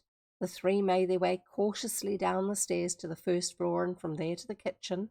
As they descended into the dark cellar, an unpleasant, musty odour assailed their nostrils. A few minutes' search convinced Nancy that the basement was not worth bothering about. The floors and walls had been covered with cement and offered no possibility of a trapdoor. However, before returning to the first floor, she looked carefully about in the storerooms to make certain no one was hiding there. It shouldn't be smelling musty. That means that your basement is damp. Not good for the house. Well, our search wasn't very well rewarded, Nancy admitted after the three had returned to the kitchen, but I'm not ready to give up yet. I intend to have another look tomorrow. The investigation of the attic and the basement had taken the better part of the afternoon, and already shadows were beginning to lurk in the nooks and crannies. With the approach of night, the house seemed to take on a more formidable atmosphere. Dinner at the mansion was rather a strained and formal affair. Rosemary and Nancy made an attempt to keep up a conversation, but without much success. There was a tenseness in the air which everyone felt. After dinner, the three adjourned to the drawing room. Rosemary sat down at the piano and tried to play, but Nancy noticed that her hands trembled. After a time, she gave it up. Understandably. Floretta was even less composed than her sister. She sat rigidly on the sofa with hands tightly clasped. Involuntarily, her eyes roved about the room as though she were looking for someone. What an odd piece of furniture, Nancy commented in an attempt to start a conversation. Which piece do you mean? Rosemary questioned. The sofa. I never saw one like it. I don't wonder. It's built in. Built in? How odd. I've seen built-in bookcases and window seats, but I've never heard of a built-in sofa. It was our grandfather's idea, Floretta explained. I never could see any sense in it myself. I'd much rather have a sofa that could be moved about. At 9 o'clock, Nancy announced that she would retire. Obviously, the sofa is going to be important. Okay? Keep that piece of information tucked away for further on in the story. At 9 o'clock, Nancy announced that she would retire, and in obvious relief, Floretta and Rosemary arose to follow her example. Don't forget to lock your door, Rosemary warned her guest as she said goodnight at the head of the stairs. And if anything should happen, scream. We'll hear you. As soon as she was alone in her bedchamber, Nancy Drew locked the door. Then she made a hasty examination of the closet. There was nothing inside it. She looked under the bed. There's nothing like caution, she assured herself. I don't believe a ghost will get in here very easily, but just the same, I'll be prepared. Unlocking her travelling bag, she removed the revolver her father had given her, and a flashlight she had thoughtfully included as a part of her emergency equipment. Carefully loading the revolver, she placed it under her pillow. There, she exclaimed with satisfaction. Any ghost that comes prowling about is apt to meet with a warm reception. If nobody is spying through the portraits on the wall at you, you know, they remove the eyes, and they look out at you. With that, she sprang into bed. She did not intend to fall asleep at once, but before she knew it, she had dozed off. When she awoke, the sun was streaming in the bedroom window. Does this mean that she didn't shut the curtains? And this is the ground floor, the first floor of the house. No, it's not. There's the basement, there's the ground or first floor, then there's the second floor, the next floor, which is where their bedrooms are, because it talked about them at the head of the stairs. And then there's the unused floor, and then there's the attic. There you go. Clearly, dude ghost author. First unpacked gun, second flashlight, not clothes, not maps, not a diary, says Gordy. Yeah, I know. So thankfully this means, now I've got it sorted in my head which floor is which, that the curtains not being closed is less of an issue in terms of someone looking in when she's in bed asleep. With a start, Nancy Drew opened her eyes. Pleased to be remembering which series of books you are reading. You are reading the Nancy Drew books. I shall reinforce this for you, says author. With a start, Nancy Drew opened her eyes. There is no other Nancy in the story! If you are writing a book, please do not keep writing the main character's first name and surname together as if they are fused and you cannot separate them. Thank you. I'll carry on. With a start, Nancy Drew opened her eyes and glanced about the room. So far as she could tell, everything was exactly as she had left it. Hurriedly dressing, she went downstairs. Rosemary and Floretta were there ahead of her, and breakfast was nearly ready. Did you sleep well? No. Did you sleep well? Rosemary asked her. Like a log. I scarcely shut my eyes all night. But surely nothing happened to alarm you? She asked. No, I didn't hear a sound.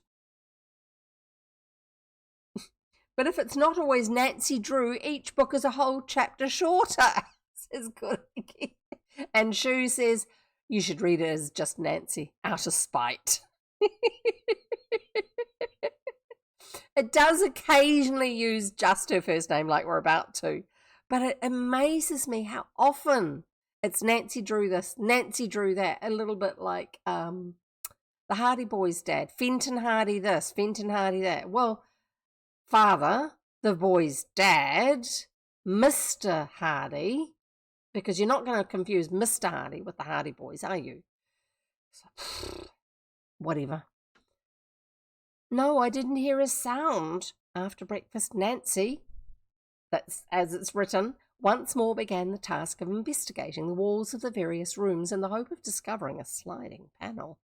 She spent the morning going over the downstairs rooms. She tapped the walls with a small hammer and even looked behind the heavy pictures.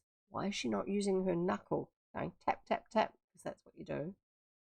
I'm certain there must be a secret opening in this house somewhere, she told herself, but it doesn't look as though I'm going to find it very easily. They've lived in it how many years? Surely someone would have found it before now if it was easy to find. In the afternoon, she devoted her attention to the bedrooms, but without success. That night, she again slept with the revolver under her pillow. Now, I would be thinking, why would someone want to scare them out of the house? Does someone want to buy the land really, really cheaply for something? Is there a development that someone's wanting to do to get ahead on and get some cheap land? Whatever. Finding out information like that through the local council or the town hall or the mayor's office or whatever it is you call it for that sort of stuff back then in that part of the world. Motivation. What would be the purpose in scaring the old ladies? That night she again slept with the revolver under her pillow. The next day was a repetition of the one that had gone before. Nancy began to wonder if there really was a mystery connected with the old house. Can it be that Rosemary and Floretta only imagine strange things that have been happening? She asked herself. That night, when she retired, she was half inclined not to place the revolver under her pillow as usual, for it seemed rather an unnecessary precaution. Upon second thought, however, she decided it would be wise not to take a chance, and I'm guessing we're going to find out why. After climbing into bed and blowing out the light, she did not fall asleep at once. The window curtains were up, permitting the moonlight to stream in, and for some time Nancy watched the shadows of the trees dance on the white walls of the room. I wonder if those shadows were the ones Rosemary and Floretta saw, she thought. After about half an hour she dozed off, but she did not sleep soundly. She awoke in the middle of the night and found that she could not go back to slumber. What is the matter with me? She asked herself. I feel just as if something were about to happen. The house was as quiet as a tomb. Yet there was something about the silence which was ominous. This will never do, Nancy chided herself severely as she felt a cold chill creeping over her. Resolutely she closed her eyes, but sleep would not come. She tried the time-worn device of counting sheep, but in vain. It was as though a faculty over which she had no control had elected to maintain a vigil. Restlessly, Nancy Drew tossed about. Then, just as she was sinking into a light sleep, she was aroused rudely. What was it that had awakened her? She sat up in bed and tried to pierce the darkness. Then she heard a noise which seemed to come from the floor below. There was a dull thud, and then a blood-curdling yell, and after that, silence.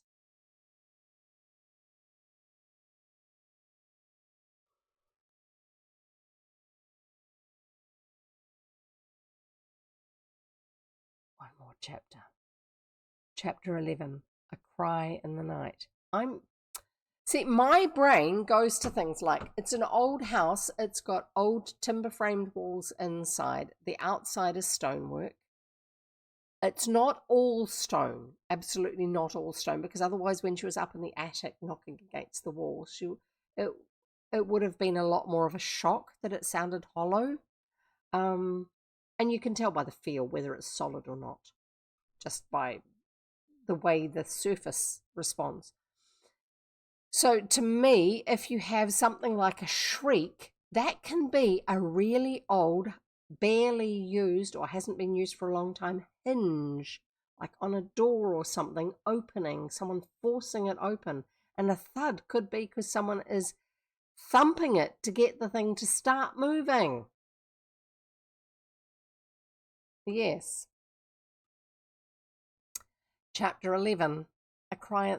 I'm not saying it that is what it is. I'm just saying that that's where my mind goes with this sort of stuff, reading about it. I don't know that it would if I was living the experience.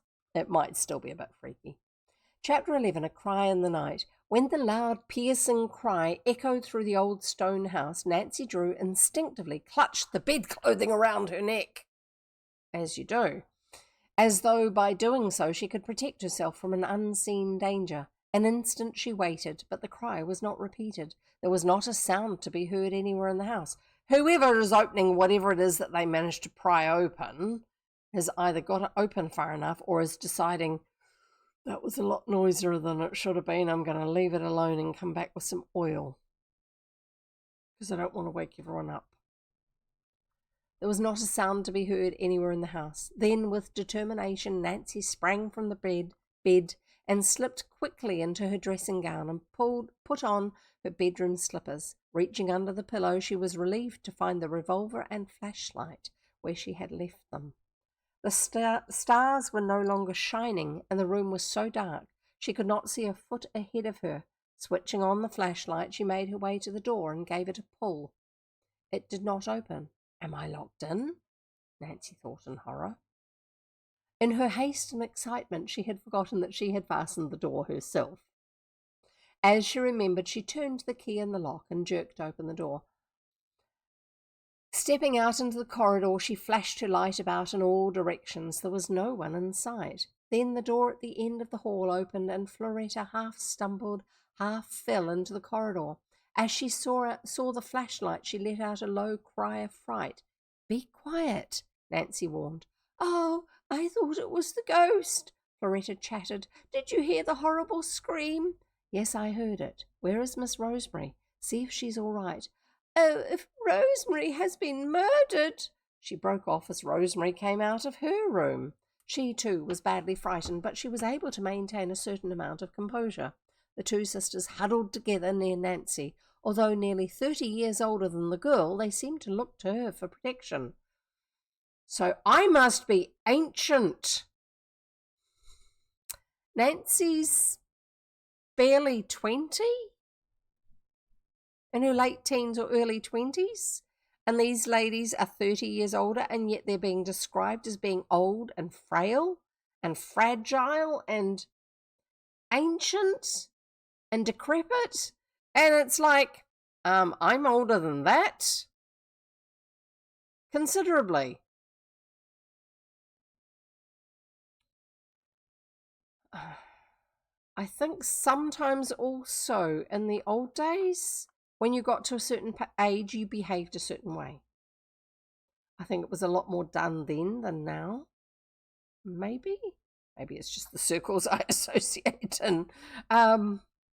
Yeah, where people get to a certain age and suddenly then they sort of behave like an older adult or a whatever. I don't think of myself as being the age I know I am. I can see it every time I look in the camera, which I look at more often than I look in the mirror, if I'm honest about it. I don't really look when I'm in front of the mirror. I'm not a mirror person. Yeah, it's really obvious, wrinkles, jowls, grey hair, blah, blah, blah, all that sort of stuff, flabby arms. But I don't feel old. I don't feel ancient or doddering or anything else like that. And yet the description we have of these ladies who, according to how old Nancy is meant to be, should be in their 50s at the oldest. That's not old. Anyway, we'll carry on. I'll try not to rant and use all the time up. Although nearly 30 years older than the girl, they seemed to look to her for protection. The cry came from the floor below, or at least that's the way it sounded to me, Nancy whispered. "We must go down there and find out what has happened." "Go down there?" Floretta wailed. "Never." "Shh," Nancy warned. "Not so loud. We don't know what danger we're facing." "We'll be murdered if we go down there," Floretta maintained in a slightly lower tone. I'm not sure if you guys are actually hearing me talking Floretta's voice. "I have a revolver." "I can't go." "Then you stay here," Rosemary said briskly to hide the tremble in her own voice. "If you go downstairs, I'll go with you, Nancy." Nancy! No, captions are on strike. And leave me here all alone?" Floretta asked desperately. "Then come along," Rosemary told her curtly. Flashlight in hand, Nancy Drew had already started to move toward the steps. Rosemary followed, and Floretta, not to be left alone, brought up the rear. On the stairway, the three huddled together while Nancy flashed her light about the hall below them. Everything was in perfect order, and there was no sign of an intruder. "It was a ghost, I know it was," Floretta whispered. "Be quiet," Rosemary warned. Nancy led the way down the circular stairs. At every step, the old boards creaked alarmingly underfoot. I don't think that's a spiral staircase. I think that's a big sweeping stair, because a spiral staircase would not be used as the main stairs in an old mansion. That's access, like a narrow access way if you do spiral stairs, or like an old tower, stairs in a tower or something like that. But this is main part of the house. They're looking down into the hall. So yeah, it'll be a sweeping stair. At every step, the old boards creaked alarmingly underfoot, so that means anyone can hear that they're coming, aside from all the voices. We're certainly heralding our approach all right, Nancy thought grimly. I hope someone doesn't take a shot at us. And she's thinking that because she's got a gun. She wouldn't have thought that as the first thought if she didn't have a weapon herself. This fear she did not communicate to the Turnbull sisters, for she knew it would take but little to throw them into a frenzy of fright. Reaching the drawing room, she fumbled about and finally located an oil lamp which she lighted. A survey of the room revealed nothing amiss. Everything seemed in its place, and the trio moved on toward the sun parlour. "The silver!" Floretta exclaimed suddenly. "Do you suppose it's missing?" "Sorry, it is missing?" The same thought had just occurred to Nancy, and turning quickly, she hurried toward the dining room.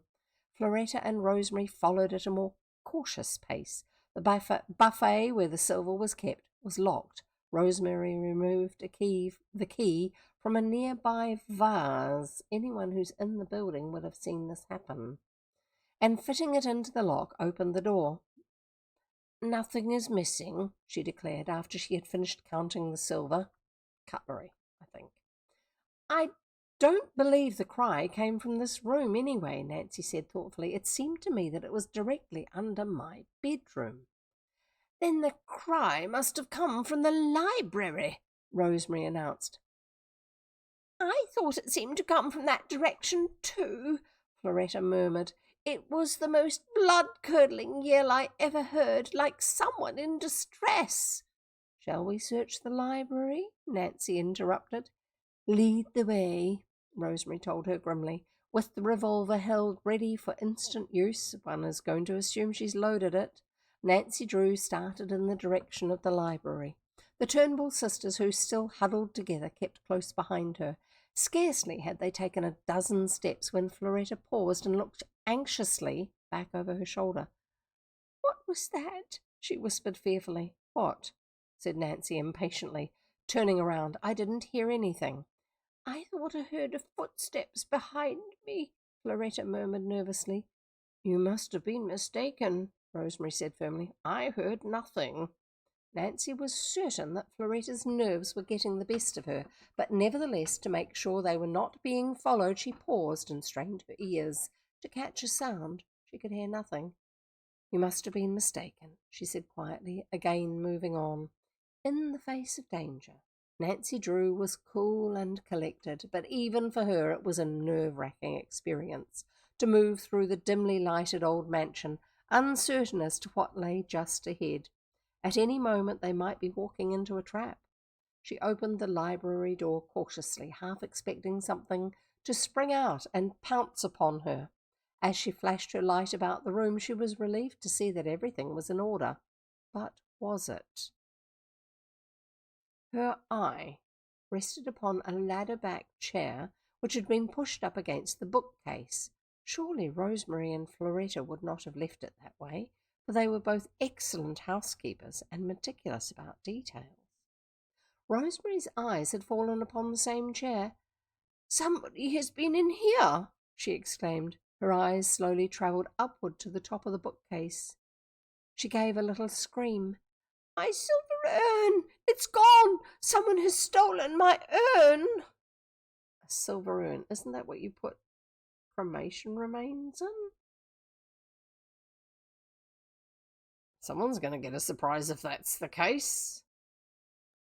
I am not going to read any further. That was the end of the chapter. The next one is chapter 12, and it's called The Theft. So we have a bit of an idea of what's going to be found out. Oh dear. I am guessing it's an heirloom. I'm guessing it's not actually a cremation urn. But yeah, we'll see next time. So join me in 2 days' time unless something happens, in which case I'll let you know in Discord, on social media or whatever. Join me next time to find out more about what happens in The Hidden Staircase by Carolyn Keene. Thank you everybody for hanging out with me. It's been lots of fun, and lots of rambles too. Yep, all of that sort of stuff. I look forward to seeing you next